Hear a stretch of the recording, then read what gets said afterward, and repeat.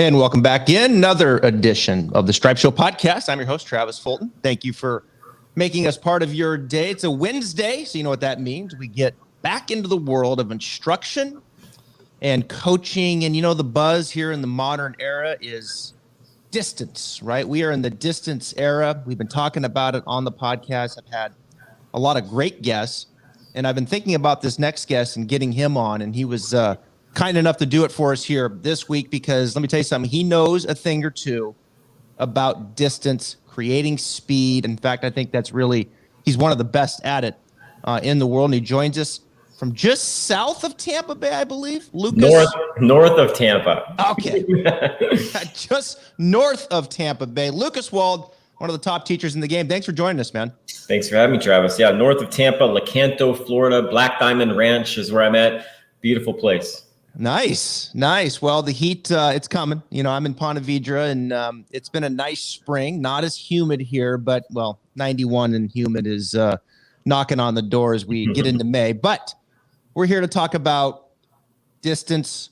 We're here to talk about, I think, the modern game, the modern teaching, things that are happening right now that I think are very cool, you know, and there's a lot of questions that I want to ask you, but I want to start and I want to get your perception of where we are, your view of teaching today, instruction today, when it comes to movement, not so much coaching. Let's think about movement patterns here with the body to create speed. Because I know, Lucas, you have studied so many of the greats of the game. You know, you go back to the classical swing. I saw you post something from Ralph Goodall today on your Instagram. But we're talking about Sam Snead. We're talking about Ben Hogan, how these people moved.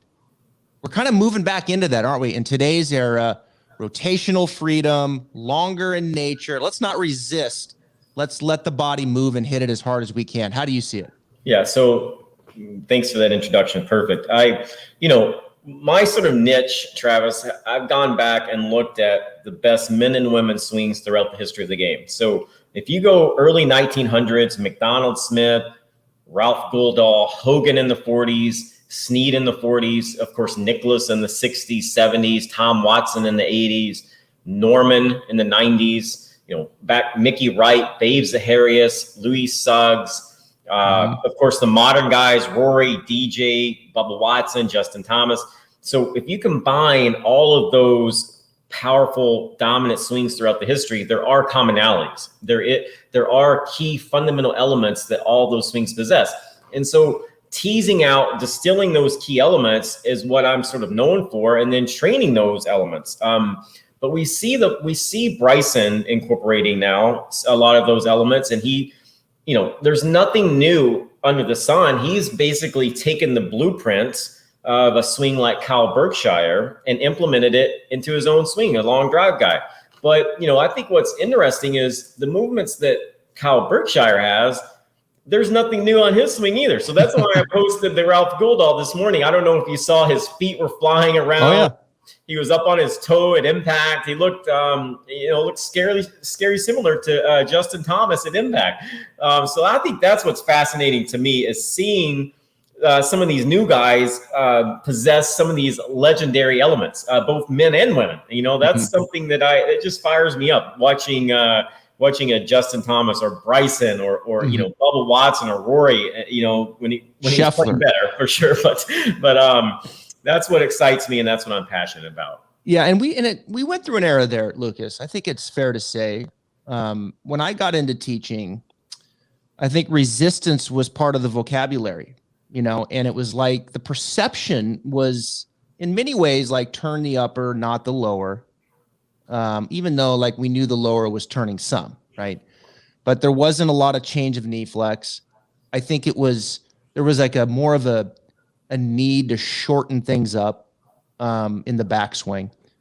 And I think we have come out of that, and we're moving now, I think, back into a lot of the movements that you described that so many of these greats have had and so many of these long drive people have had, where we need to have a change of knee flex, and we need to let things lengthen out. There's times you got to shorten people up. I get that, but let things have rotational freedom let them be longer in nature. I know on my lesson tee, when I teach, I'm lengthening more people out than I'm shortening up. That's for sure when it comes to the amateur game. And so there's a shift back into the game today. And I think it's healthy. I think it's the healthy long-term approach. Right. So like if you look at a VJ Singh, Phil Mickelson, Tom Watson, Sam Snead, I mean, these are players with long fluid swings that played, late in their 50s. I mean, Snead, I think, got second place in a PGA Tour event at 59. We saw what Tom Watson almost won the British Open at age 59. Yep. These are unrestricted full turns, long swings, past parallel, across the line. So I think, if we cannot inhibit that motion, I think Greg Rose, Travis, talked about the modern swing a few years ago being designed for for accuracy. And when we add speed to that swing, it can be, we can cause injury, back injuries. And so I think this longer, unrestricted move that we're now seeing crop up, it's going to let players play into their late 40s, 50s, and still have a chance to win on tour. Like Phil Mickelson's right now, he's still competitive on the PGA Tour because of that. No, he lifts his lead hill, his hips turn. It's a free flowing set way past parallel. So I don't try to restrict any movement. We did I think 2019. Brandel Chambly and I did a presentation at the Top 100 in Pinehurst, Top 100 Golf for Golf Magazine. And we put up an image of a young Ben Hogan next to Jamie Sadlowski, a long drive guy, right? And the people in the audience were just like, wow, I mean, and I broke down the similarities in those two swings at the top, but people just don't realize Ben Hogan, notably one of the best ball strikers, maybe the best of all time, was way past parallel.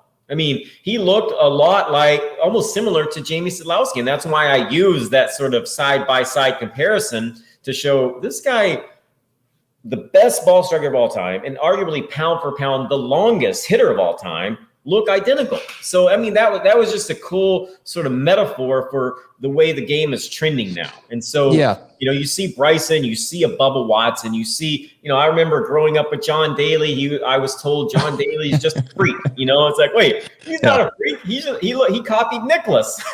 No, it's and that's a good segue into this long drive impact, right? And I think you've been out in the forefront of that because I know you work with a lot of long drive guys, as you do professional golfers. Harris English, you've worked with in the past, Graham McDowell, Victor Hovland, you mentioned Brandel Chambly. We're going to get to some of those names here later on, but I want to narrow in here on some of the long drive guys. I know Eddie Fernandez, Jeff Flagg. You've been a part of that makeup, for a long time because of your expertise in this. Talk about the impact of the long drive competition and these men and women. Do you think they've had on many of the things that we're talking about right now in modern instruction, right? And the pro game, the impact that these long drive people have had?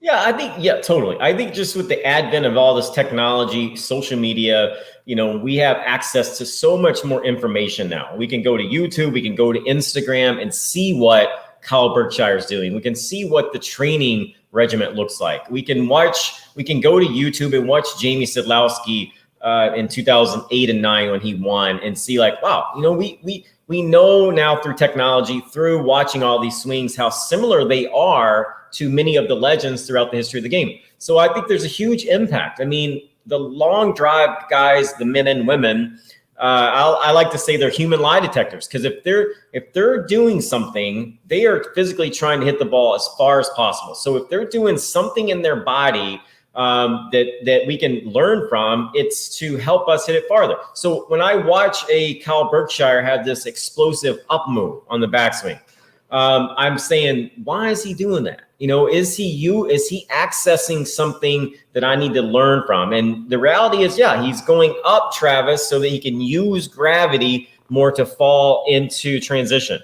And who do we see doing that now? Bryson. Have you seen Bryson use this extension up now?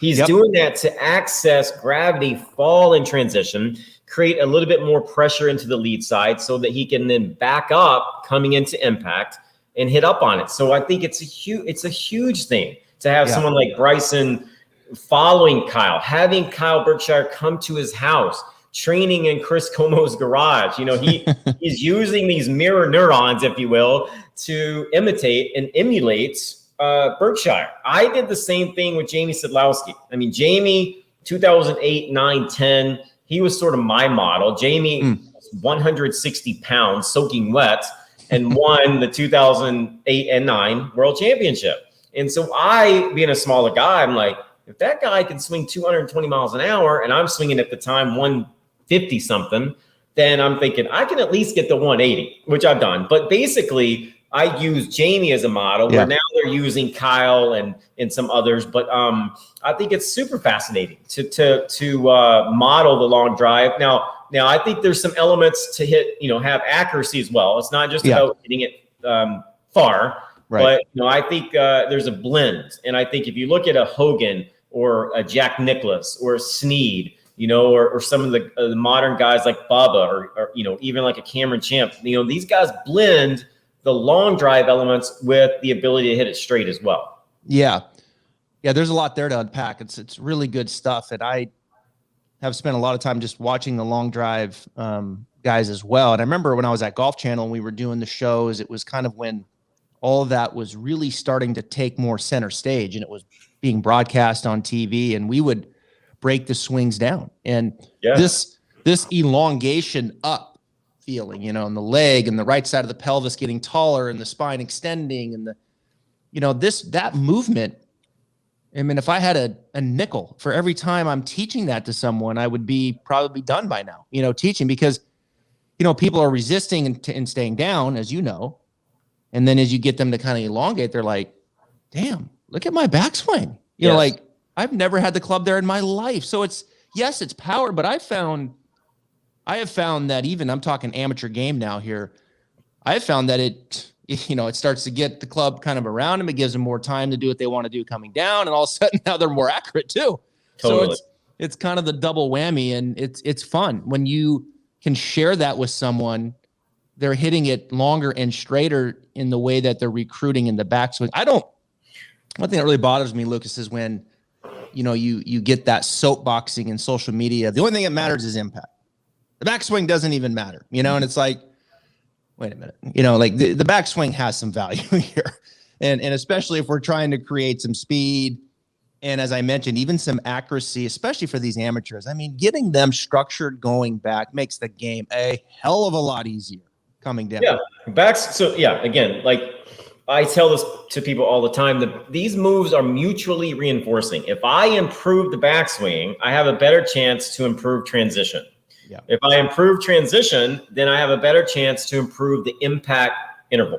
So we start with the backswing, and it's pretty, at this point, Travis, that's the easiest thing to correct in someone's swing is the backswing. Sure. A little bit of up move, a little thoracic extension, more hip movement, more hip internal rotation. Basically, that's just turning the sacrum towards the target on the backswing, getting the left knee behind the ball if you're a right-handed golfer, allowing the left heel to come up. We're not restricting movement.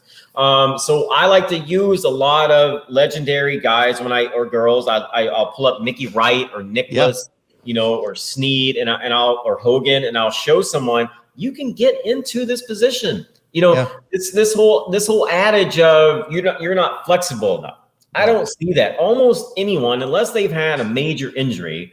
I'm staying with a 64-year-old right now, Tim Willis, and I swear to God, like his backswing now looks legendary. And he doesn't have all the movements coming down. Yeah. He's swinging at 105 miles an hour, and he's 64. And It's like incredible. We go out and play, and I'm like, dude, you're moving like I show him. And this is the beauty of technology. We can measure this stuff. We can measure before and after. We can have, TrackMan or Flight Scope or force plates and say, Tim, this is where you were, and this is where you are now. If that's what I like to use technology for, sort of before and after, more so than teaching with club data and like your path is so far left or right. I like to show them, quantify, the before numbers and then quantify the after numbers and be like, we're moving in the right direction. And you can qualitatively see on video where you've improved. Right. Yeah, I think our styles are very similar. Everything you said there, like in my mind, I'm like, that's yep, check. Like those are a lot of the same ways that I feel. And it's like, yeah, these people, I don't run into very many people that can't do this, I mean, I just don't. And they're like, I don't think I can.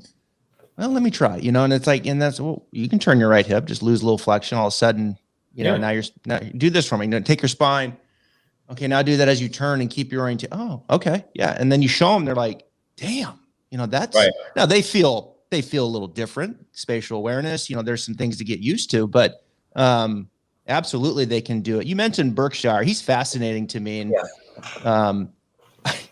I just, I don't know if there's a guy that I like watching hit a driver more than Kyle Berkshire in any professional or amateur or long drive. I mean, it's just incredible to watch the experience of watching him hit a driver. And his impact on Bryson, of course, and Chris Coma, who I know you're good friends with. And Berkshire does this, I call it the Humpty Dumpty, where he kind of gets his feet going back and forth, and then he hits it. And I posted that on Instagram like a year ago, and it was like blew up. People loved it. I was like, try it, and some people are shooting holster like that doesn't, I'm like, I think we're going to a time here where there's going to be professional golfers doing that on 14 drives. I really do. I think we're going there. It's coming. Someone is going to do it and implement it. And that's the way they're going to hit their driver in professional golf to maximize speed. I'm sitting there watching LPGA and Lydia Ko does it. Yeah. And I'm like, I text Sean Fuller and I was like, that's the coolest thing I've seen all year right there. It is. She goes, does the like the Berkshire and rips the drive in competition right down the middle. I think that's where professional golf is going. And I don't think it's long to start you see men and women doing that 14 times in a tournament. What do you think? Well, yeah, and again, we go back to a Nicholas or Lee Trevino. Their feet were moving, Travis. They weren't stationary over the ball, and they pulled the trigger quickly. So motion tends to eliminate tension too. Most amateurs stand over the ball way too long. They're too stiff. They're too rigid. So when we watched basically Berkshire moving the feet like that, it created more momentum in his swing. More ground force reaction, all that stuff we can get into. But Lydia Ko, I texted her. I saw that too, and I was like, "Hey, Lydia, did someone teach you that?" And she was like, "Luke, I watched Kyle Berkshire win the world championship doing that, and I tried it myself, and it worked." And she said, "I get about 10 to 15 yards of carry." And that's, wow. She said, "I don't do it on every drive, but if she gets on a par 5, and she needs to have an iron in or something, she does that move, and it's a little bit of a risk, but it's worth it to hit it 20 yards farther." I think Mark, this is an interesting stat. Mark Brody put out a stat a few years ago that 20 yards of increase gives you a 0.75 strokes gained advantage per round. So over 4 rounds, that's 3 shots. Yeah. So if you can gain 20 yards, you've got a 3-shot advantage right away. So I think Bryson is huge into analytics and stats. Yeah. He saw stuff like that and was like, if I can swing 190 in competition, then I've got more than a 3-shot advantage basically on the field. And we not every week, but we see him in contention dang near, Travis, every week. It's fun to watch him get up at Bay Hill and drive it across the water on the par 5. I mean, incredible. But he learned a lot of that stuff from Berkshire. Lydia Ko is learning from it. We're all learning how to take some of these elements. I saw Berkshire. This is a quick story. In 2017, I was 16. I was with Jeff Flagg, and we were at the World Championship in Oklahoma. No one knew who Kyle Berkshire was, and I walked by this young kid, and I saw him swinging in the force and the ballistic movements that he had. I'm like, "Jeff, who's this guy?" And he said, "Oh, his name's Kyle." And he broke a driver shaft over the back, and it flew up in the air. And I'm like, I don't know who this Kyle kid is, but he's got the movements to dominate this sport. And no one knew. And I'm like, and a few years later, man, he is the longest. He's the longest out there. It's pretty fun to see. And it's a good swing too. It's not just, the kid can play golf. It's not just, I don't know if he can play tour golf, but he hits it pretty straight, and he's a plus handicap. Yep. Yeah, he's a trip to watch. That's for sure. Yeah. I mean, I enjoy watching him. And Bryson, you know, he's must watch TV. You know, he really is. When he gets it going, like you can see when Bryson's confident, the speed maintains, you know, and if he feels a little off, then he'll slow down a little bit. And even Bryson, you know, slowing down is, you know, obviously way out there. But when you can tell when it's peak and it's like, man, it's almost like he can't hit it hard enough, you know, and he's just wailing on it. Right. So yeah, I really do. I think Berkshire has introduced something that you're going to be seeing more and more players doing. And I just thought it was awesome when Lydia did it. Now there's pitfalls here. You know, there's a couple of things here. Let me take a step back for a second, because we're talking about movement, and we know that can create more club head speed and what that means to ball speed.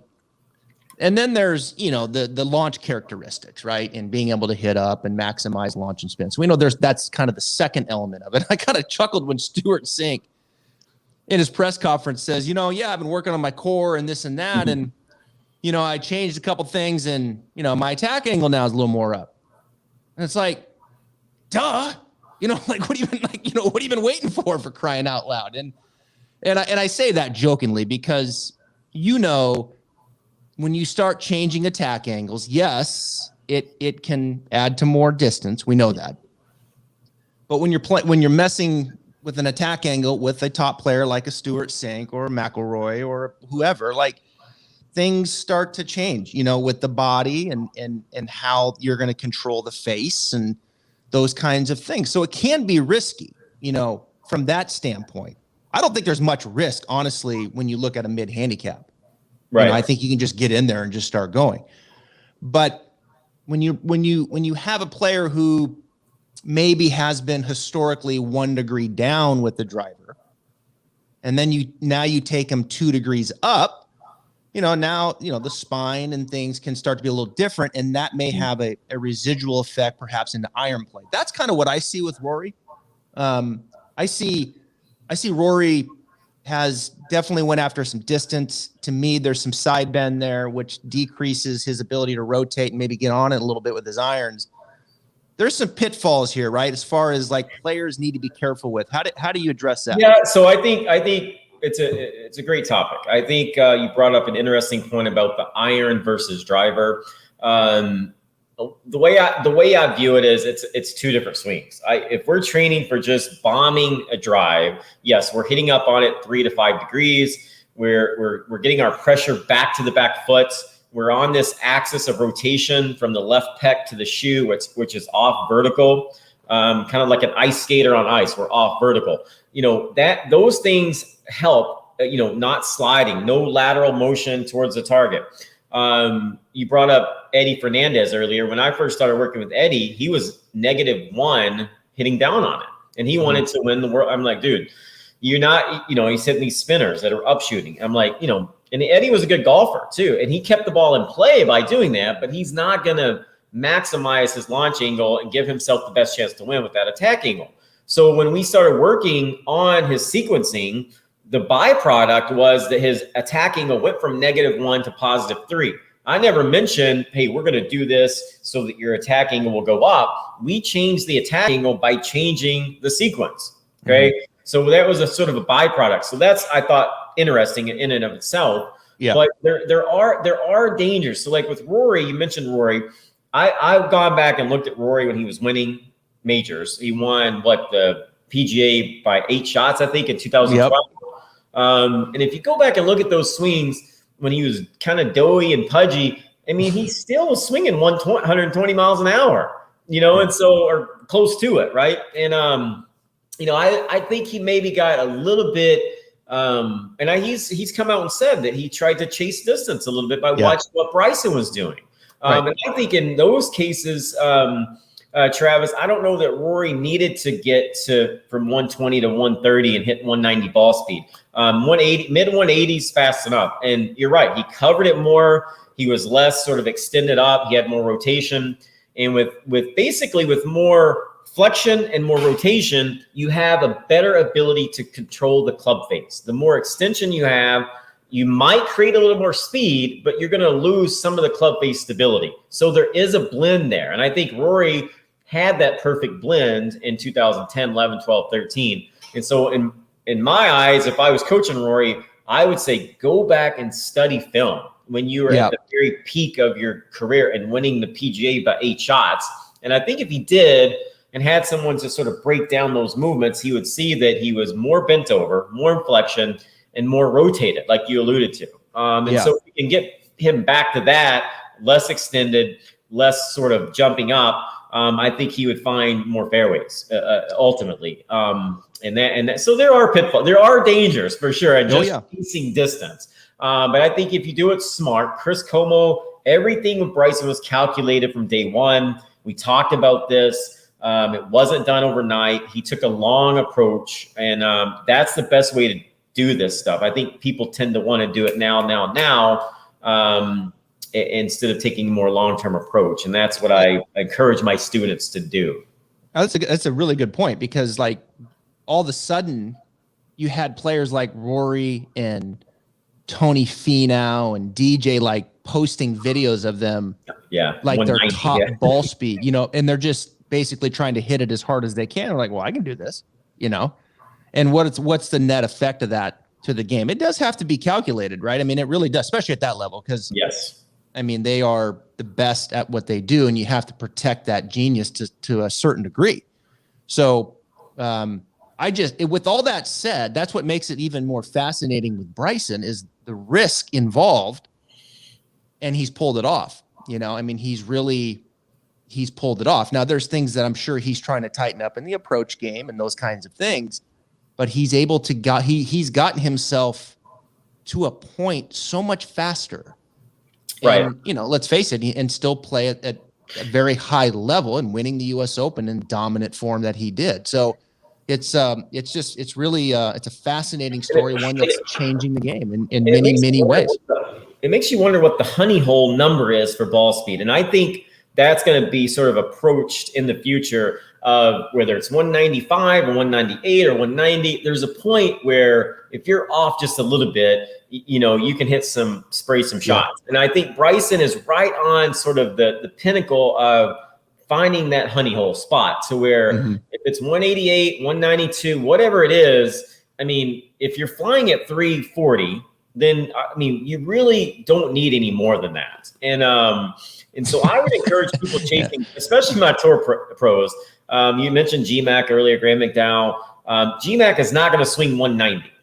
It's just it's not in the cards. But if we can maximize sort of his efficiency to say, this is your peak. In training, we take the governor off. Okay. In training, we go all out. And that's what you see Bryson doing, hitting 212, 215 in training, so that when he pulls back and hits fairways, he's increased his average up to say, 195, he's comfortable at, even though he can go 212. So that's what I like to do with players in practice, is to take the governor off so that when you go play, you fall back to your baseline and ultimately get the baseline a little higher than it was.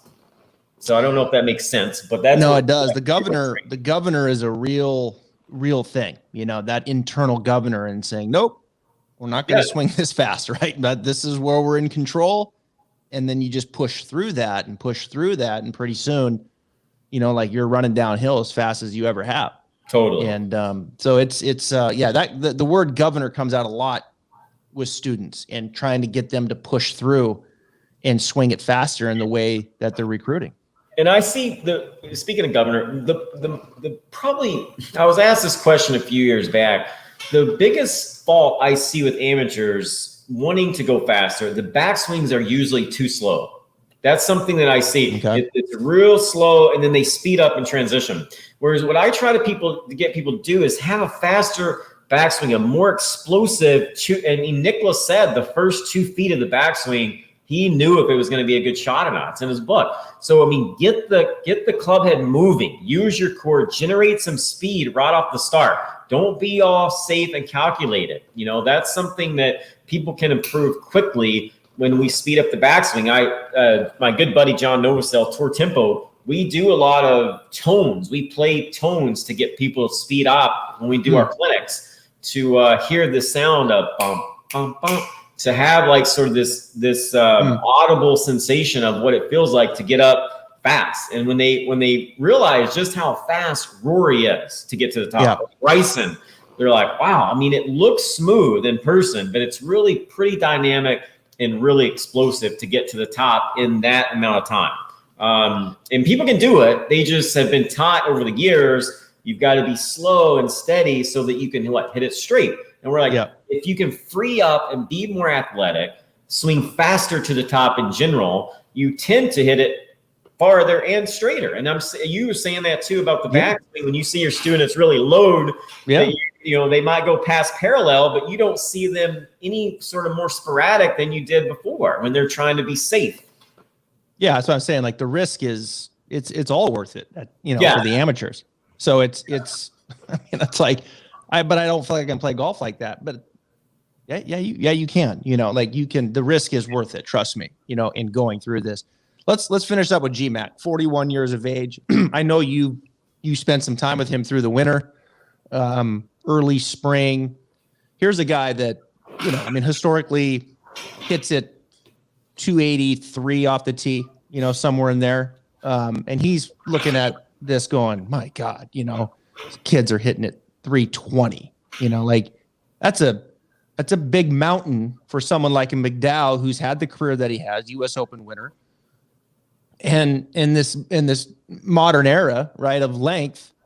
And he's like, man, and like so many, I gotta get after it. Like I gotta figure out how to get 10, 15, maybe 20. I know you guys have spent some time. Talk about maybe, if you can, the cliff notes of that plan over the last few months. Yeah. So over the winter, GMAC was topping out. I mean, he was swinging 164-ish ball speed, 165. Just like what we alluded to earlier, Travis, we got a deeper hip turn. I mean, GMAC in 2010 had a huge right hip, internal rotation, huge hip turn. He sucked the club inside. He had a pretty big shoulder turn, but not a lot of link to the backswing. So I encouraged him to let it go a little bit longer at the top, get back to the pivot that got him to the top of the backswing in 2010.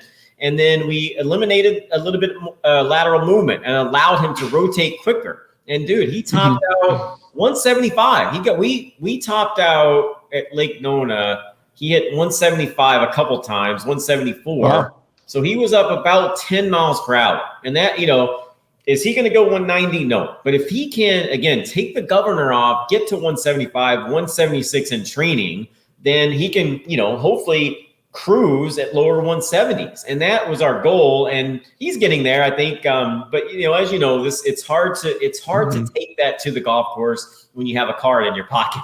But, again, 170s, if you can go mid 170s, we see Victor Hovland, who I've worked with, Victor, great young player, top 15 in the world now. And he's like, 175, 178. He can get to 180, which I've seen him do. But he, again, cruises mid 170. So you don't have to be 190 right now. I mean, with this equipment, the ball will go. If you can get in the 170s, I'm telling this to young tour players, even some of the Corn Ferry guys that they come to me, they ask me to watch their swing. If you're in the 170s and you have good club face stability, that's fast enough.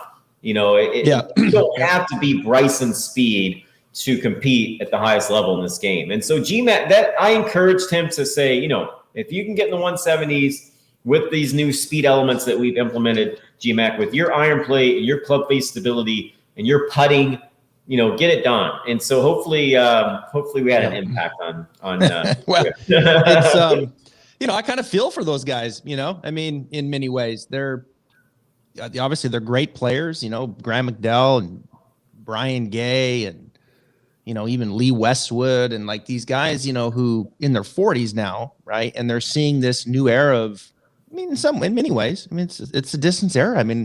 It's exploded here, and Bryson's impact, and, they're like, damn, I gotta do something. Yeah. Stuart Sink, what was he? 175 ball speed I saw last week. It's like, he was cruising. Back in the day, I looked up his average. He was averaging like 265 off the tee, and now he's over 300. And I think he was cruising. Some technology, really. The ball, the club, the collision from the ball and club. But basically, if you can add a few speed elements with this equipment and you've got a pretty good swing, you can go mid 170s pretty easily. Yeah, I agree. Well, I know, we could talk forever about the full swing and distance, but I know, a thing or two about short game and putting as well. And you just did a series with Brad Faxon. Tell the audience about it. Yeah. So I took on learning the key elements of pitching, chipping, putting, bunker play. And I put a little series out on the website, lucaswaldgolf.com. And Faxon joined me, dear friend of mine, talked candidly about probably 30 minutes, 28 minutes, I think exactly, but gave drills out and talked about what he felt in his pre-shot routine, warming up, a couple of key drills, fundamentals that he used throughout his career. So I highly recommend that, to go to that, get that series, because Brad, it's a lot of wisdom that he shares, Travis, in that little putting segment. And also, some of the pitching and chipping motions that I talk about in the series, I've learned from Faxon. I've learned from watching Brett Rumford on Instagram. I've learned from watching Sevi. I broke this stuff down, distilled the key fundamental elements on chipping, pitching, and putting. And I'm proud of it. I'm proud of the series. And I have a full swing version on there too, a how to full swing and a how to short game. So both of those are, I think it's valuable for your viewers to go pick up. And and it's lucaswald.com, right? lucaswaldgolf.com. lucaswaldgolf.com. And your Instagram as well is for the viewers, Instagram at Wald Lucas. Okay. Yeah, at Wald excellent. Lucas. Well, we're going to do this again. I appreciate your time. I know you're busy, and but this is it's good discussion. Love where things are going. Love what you're doing. I follow you, and we'll chat again soon. Tell Gran we're pulling for him. I'm a big McDowell fan. Lake Nona is one of my favorite golf courses in the country. Every time I go down there, I see him grinding. He's great. It's the best. By the way, what's your ball speed up to? My ball speed, I can get into 170, low 170s.